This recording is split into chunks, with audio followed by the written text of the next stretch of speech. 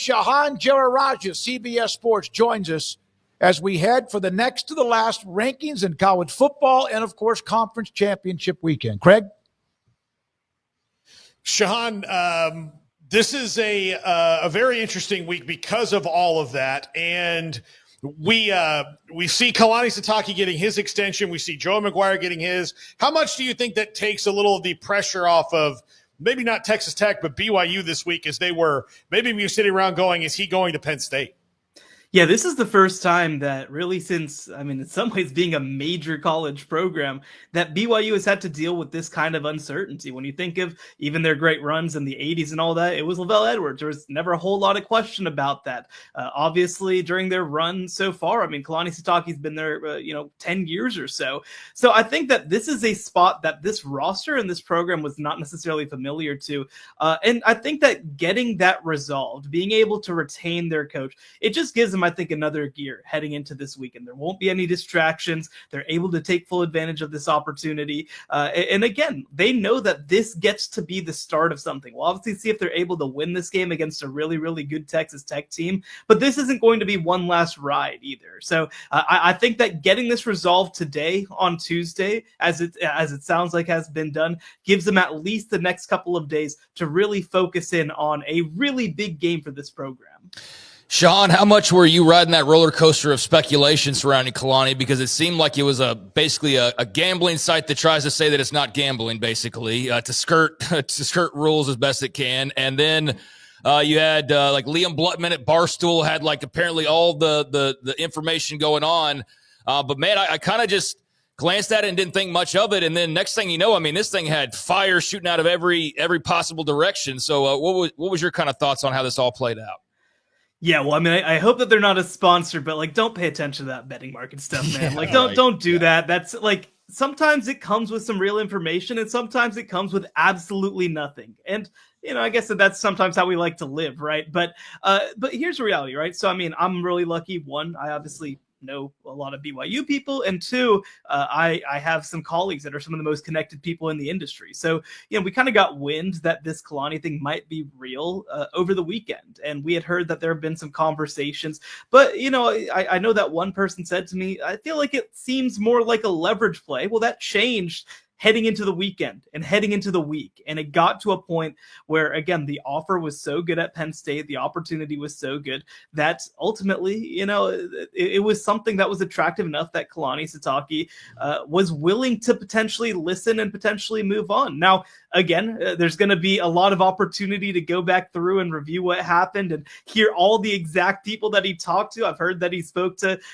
members of the church clergy. I've heard that he spoke to people who are tied to Lavelle Edwards' family and all this stuff. And then, of course, there's sort of the crumble cookie guy throwing himself into the mix as well. So really a unique sort of situation, a lot of fun to follow. And I'm really excited, both for myself and some other people, to kind of get into the reporting of it and figure out what on earth just happened. Yeah, it seemed like that kind of blew up yesterday, as you mentioned, and now it seems to be BYU reacted pretty damn quickly. They took care of their business, which is good. I hate that they had to do that. Not that wish they would have had it taken care of. Texas Tech extends Joey McGuire at the same time. So what are your thoughts about this game? Texas Tech dominated the first game. It wasn't 40-6, but it seemed like it was never in doubt. Your thoughts about this Saturday and what BYU must do better? Yeah, I think the biggest thing is that if you're BYU, you have to go into this game knowing that you're the underdog. Last game, technically it was a 7 versus 8 matchup. Texas Tech was a betting favorite in that game, but BYU was an undefeated team that really, had everything in front of them at that time. That's no longer the case. When the committee talks about BYU, they talk about them as a team that they view as lesser. Even though they're 11-1, they're out of the college football playoff if the season ended today. We expect them to still be in that number 11 spot when the rankings come out tonight. So this is a team that needs to understand we can't hold anything back. We can't try to play cute. We can't try to play safe with it. We have to go out there and throw every single wrench we have on the table. And I think that in a big way, that is especially going to be in the downfield passing game. We saw that Bear Bachmeier, a lot of his completions, a lot of his attempts against Texas Tech the first time were short stuff. They tried to keep him out of trouble. They tried to help him avoid mistakes. You can't play that way in this second game against Texas Tech. They're going to need to go downfield. They're going to need to go side to side. They're going to need him to extend plays and make plays. And you also, of course, need a healthy LJ Martin, both in the running game and the passing game. So huge opportunity for them. I hope that we get to see the best of them. Shahan, read your column today on Jared Curtis flipping to Vanderbilt from Georgia. What kind of, is this a message sent by Clark Lee and staff to the rest of the world, or do you think this is to be determined on who follows Jared Curtis to Vandy? Well, here's the reality, right? I mean, they have never had a single top 40 recruit commit to the program, and Jared Curtis is number 3 in the top 247 and number 1 in the 247 sports composite. So calling him the best recruit in program history is way underselling it. This is a generational, game-changing type recruit for Vanderbilt coming in at the quarterback position. For them to win a head-to-head battle against Georgia for him is huge for that program. And here's the deal too, right? Is that obviously every program now has the ability to come out and contend when it comes to the finances of it all. But finances really aren't what makes the final decision for a player of this caliber. They're looking at opportunity, they're looking at track record, they're looking at proof of concept, and they're looking for proof that you can turn me into an elite player and get me drafted into the NFL. Well, Diego Pavia is one of the favorites now to win the Heisman Trophy after coming over from New Mexico State. They've got a great offensive staff led by Tim Beck, and of course they've got a great head coach in Clark Lee, who just led this team to their first 10-win regular season in history. So I think that this says a lot about how recruits are starting to see this program. You'd be remiss not to mention that this is a hometown kid from Nashville, and certainly not every situation is going to look exactly like that, but I think that it says a lot that they're even able to get into these conversations at this point. Yeah, I think Pavia is if I had one, I don't have one, I know you guys do, but if I had one, I think that's the direction I'm going. Just the perfect storybook, going to Tennessee and just beating them as not single-handedly, but as decisively as they did. It was just a very cool capper to the regular season for him. But elsewhere in the SEC, little game on Black Friday down in Austin, Texas. UT, the big win over A&M. Shahan, the Aggies are in the playoff. The world hates Texas. That's why they're not in the playoff. And the Longhorns just stumped the Aggies once again. How did you unpack all of what you saw from last Friday? Yeah, I mean, it was one of those games where I just think that, I don't even think that the Aggies lost it. I think that Texas really went out and won it, especially down the stretch. The funny thing about this Texas team, and this is kind of the frustrating thing about them in general, is you see these moments where they put it together. You see these moments of incredible talent. And obviously that starts at the quarterback position with Arch, right? You see these moments where he makes an incredible read. You see these moments where he recognizes, I got to go run for a touchdown, and like you have these moments, but it's just been moments. That's I think probably the thing that's most frustrating. You saw in that first half, I mean, Texas A&M was the better team for most of that first half. Texas was the better team for the entire second half, especially in the third quarter where they go on a 17-0 run. So I think that consistency for both these teams is the thing that you really need to take from it. When these teams are consistent, they can hang with anybody. And for Texas A&M, I mean, they had been, up until the last couple games of the season, a very consistent team. Can they get back to what we saw during the first 2 months of the season, or are we doomed to kind of see some of the struggles that they had in that South Carolina game and against Texas? So who, in your opinion, that's A&M is going to drop because of the loss, and they're going to fall, according to Dave Bartu, to probably 7, which means whoever was behind, where were they, 3 or 4, will move up a spot. Who, in your opinion, is it Miami? Is it Notre Dame? Who is the one, BYU, who is it that in the end is going to get screwed here?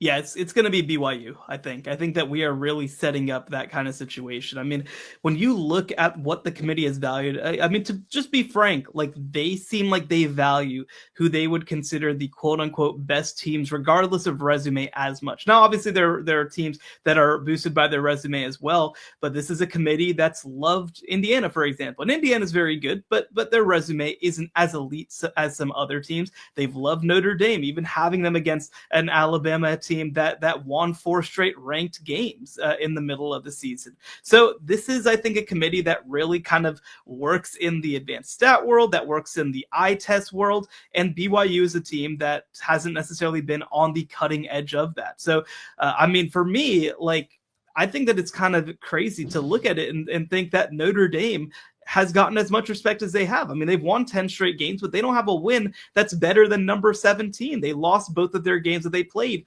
against top 15 opponents at the last moment, of course, but still, you know, to go 0-2 in your top 15 games, whereas BYU has a win over number 13, that's kind of stark to me. So I think that BYU is going to be the team that gets screwed. You looked, I think, I can't remember exactly what the stat was that I saw on social media, but I believe in the college football playoff era, this is the lowest that a team has ever finished after going 11-1 in a power conference. They're number 11 right now, the only team during that run to finish outside of the top 10. And while, again, like I understand sort of individual cases, it's still pretty jarring to see a team that has the quality of wins that they have, that has the quality of play that they have, still end up outside of the top 10.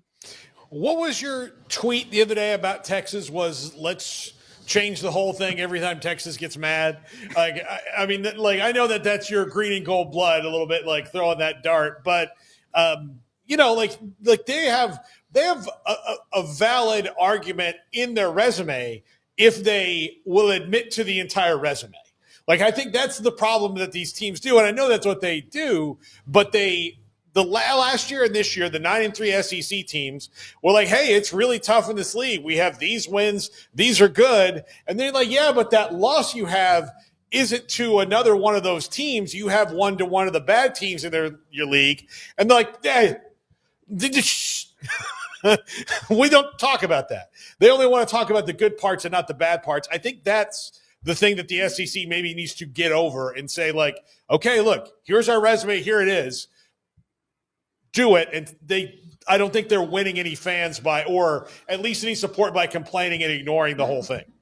Well, this is kind of a weird comparison, right? But you remember when, like, Caitlin Clark first got to the WNBA and people were like, oh, she's not playing very well, but it's actually because, like, the league is too physical and they don't treat her right. And, like, and I'm going to stop watching if you don't treat Caitlin Clark better. Well, like, you know, people said all that stuff and people kept watching, you know, with the NFL, right? A couple of years ago, it was like, well, you know, we're going to stop watching if you don't do X or Y. And then, like, people didn't stop watching. Like, that's to me what all of this is. It's people trying to be like, well, obviously we didn't succeed as much as we wanted on the field, so we're going to use our power. We're going to use a threat instead of actually, like, addressing things. Let's be real. Texas is not going to cancel Ohio State coming into their stadium next year. That's not a thing that's going to happen. They're not going to stop scheduling good non-conference games because, by the way, they make a lot of money off of those games, which is a huge part of why they're able to be the kind of brand that they are at this point, because they play in big-time games. That's what all of this SEC lobbying feels like to me. It feels like they're like, well, if you don't treat us right, we're just going to take our ball and go home, which, one, I think are generally empty threats, and two, are just, like, to a certain extent embarrassing to me. Like, just play the games, win. Like Alabama last year was not a good enough team for you to stake your reputation over. Texas this year is not a good enough team for the SEC to stake its reputation over. There are so many teams that are in the playoff right now, Georgia, Alabama, Texas A&M, that are high quality teams that obviously deserve to be there and will have a chance to compete for a national championship.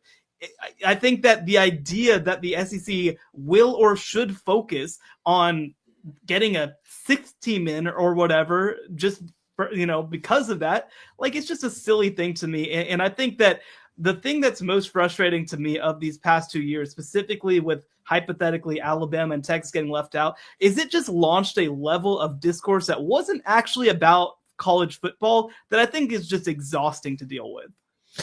Shahan, there's not enough time to go over all the coaching movement this past weekend, but the Lane Kiffin domino fell and then a bunch of dominoes fell afterwards. What stood out to you most from all of the coaching movement, one or two jobs, or how did you sort of just, view it all? Yeah, I mean, obviously, a lot of them kind of self-explanatory, right? Lane Kiffin to LSU, obviously a big move for them. I really like John Summerall going over to Florida, Eric Morris to Oklahoma State, I think we talked about last week. One that kind of flew under the radar that I want people to pay attention to is Will Stein to Kentucky. He was the offensive coordinator at Oregon, one of the best offensive minds in college football. He's a Kentucky native, coached under Jeff Traylor at UTSA as offensive coordinator, also was an assistant at Lake Travis High School under Hank Carter for a year as well. And now he gets the chance to be a head coach in his home state. I think that's a tremendous move. They obviously had to pay close to $40 million to move on from Mark Stoops, but this is the kind of chance you have to take. When I look at the hiring cycle, especially in the SEC this year, it was hiring to me a lot of kind of lackluster coaches who are sitting head coaches just to say that you hired a sitting head coach. Well, I think that this is a great example of being forward thinking, of really thinking of what a modern coach looks like and having an opportunity to, yes, take a chance and maybe have some downside, but also have a lot of upside as well. Why not Glenn Schumann for any of these jobs? I mean, this is the best defensive coordinator in the country, or at least in the SEC over the last 5 years. And he's young, he's ready. Like his defensive resume, Will Stein's offensive resume, to me look pretty similar.